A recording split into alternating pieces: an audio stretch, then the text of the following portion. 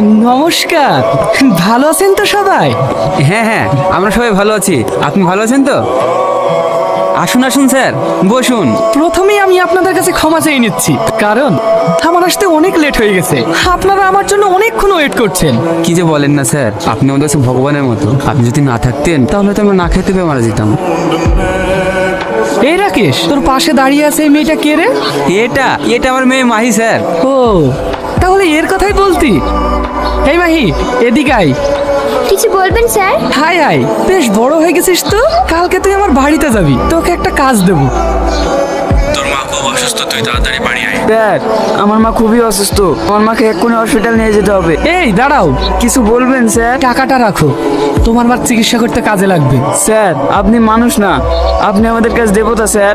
আচ্ছা আচ্ছা, ঠিক আছে, আপনারা সবাই ভালো থাকবেন, আমি এখন আসছি।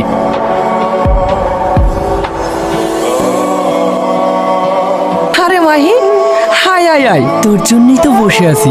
স্যার, আমাকে এখন কি করতে হবে? তেমন কিছু নয়, আমার পাশে বসে আমায় একটু সেবা করবি। আপনি কি বলছেন স্যার? তোরা এখন যা। এই সবাই চল। ঠিক আছে দাদা। হ্যাঁ, আপনি কি বলছেন স্যার? আমি তো কিছু বুঝতে পারছি না।